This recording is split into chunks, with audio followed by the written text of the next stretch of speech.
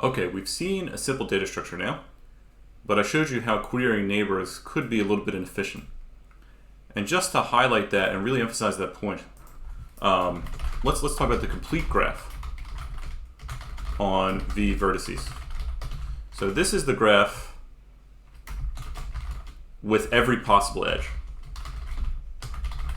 So every vertex, every pair of vertices is connected. All right.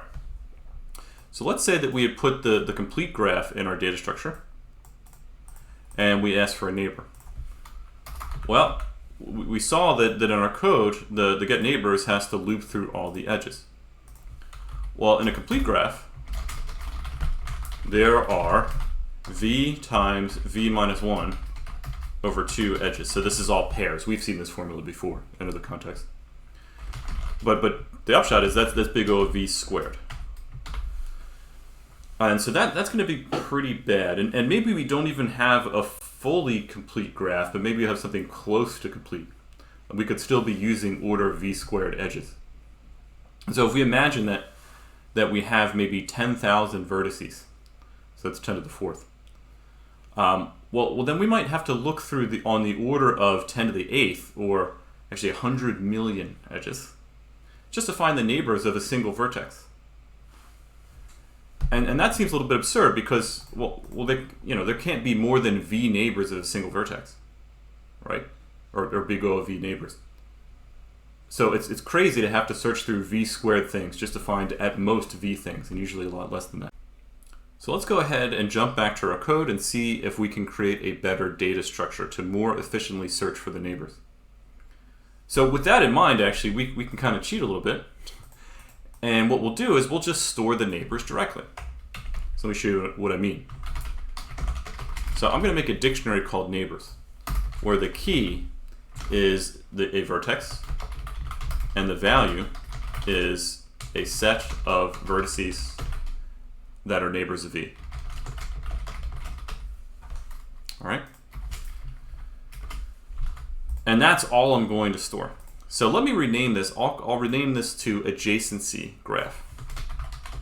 Because what we're doing is we're storing an adjacency set for each vertex. We're storing the set of vertices that neighbor that vertex. And so now when I add a vertex, what I'm going to do is I'm just going to say self.neighbors v equals an empty set. Okay, so when I add a vertex, it's not connected to anything else yet. But I'm gonna have a placeholder for things that I could add later. Now when I add an edge, what I have to do is make. I'm talking here about directed graphs, and I already had in the comment here a warning. And I said, okay, if uv is an edges, we assume vu is also an edges. So what I'll do is I'll say, okay, self.neighbors of u, let me make sure I add v to be u's neighbor, and let me make sure I also add, so here I was adding v to be u's neighbor, let me add u to be v's neighbor. There. Okay, so just those two lines. And now get neighbors is absolutely trivial. It's awesome. So I'm just going to return self.neighbors v. So I'm just going to get the value associated to that vertex. So that's pretty awesome because this is actually, assuming that this dictionary, like the sets, is implemented with a hash table. We can assume this is a constant time operation to access this. Now, if you wanted to actually go through and enumerate the neighbors, I would say O1 to access the neighbor set, or big O of H to enumerate neighbors, where H is the number of neighbors of V. And H does not exceed big O of V, right? I cannot have more than V minus 1 neighbors, or cardinality of V minus 1 neighbors. Okay, so it's really as simple as that. Actually, it looks a little bit simpler than the other one too. Somehow I'm only storing one set. The edges here are implicit because the edges are inferred from the neighbors that exist in a particular vertex. So now I'm not explicitly storing the edges in the data structure, but but I have the information that I need to see if an edge is in there. So maybe I'll just add one more method to the ADT here to emphasize that. So I'll say, maybe I'll check to say, is a particular pair of vertices contained in an edge in this graph? So in this case, I would just say, okay, well, let's look, and I'll say, let's return, U has to be in self.neighbors of V, and V has to be in self.neighbors of U. Right? Okay. Now actually, even this is more efficient than the analogous thing would have been in our edge set before, because we would have had to loop through all the edges. But now this is quite simple. We just cut straight to the neighbors and we looked that up. So first, let me make sure that I'm still, all the get neighbors still works like it did before. I'm going to say U in self. There we go. Graph edge set. Okay, I renamed this now to adjacency graph. But the ADT is the same, so I should still be able to add vertex out of the edges and look at the neighbors. And let's see, we looking good here? Yep. 0's neighbors 1, 1's neighbors everything, 2's neighbors 1, 3 neighbors 1, 4. 4 neighbors 1, 3. Very good. Okay, now just to check, let's check all pairs and see what the edges actually are, just to make sure this is working properly. So I'll say maybe for V in range 5, for U in range V plus 1, 5. Print UV is edge. Actually, you know what? I'll go through all pairs in both directions just to really check myself here. So let me do it like that.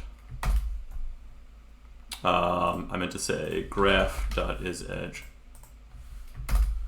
So let's see where we're seeing here. 0 and 0. By the way, you could actually have, I never actually ruled out the possibility of having a self edge that would look like this. 0, you could add an edge from 0 to 0, and that would look like that.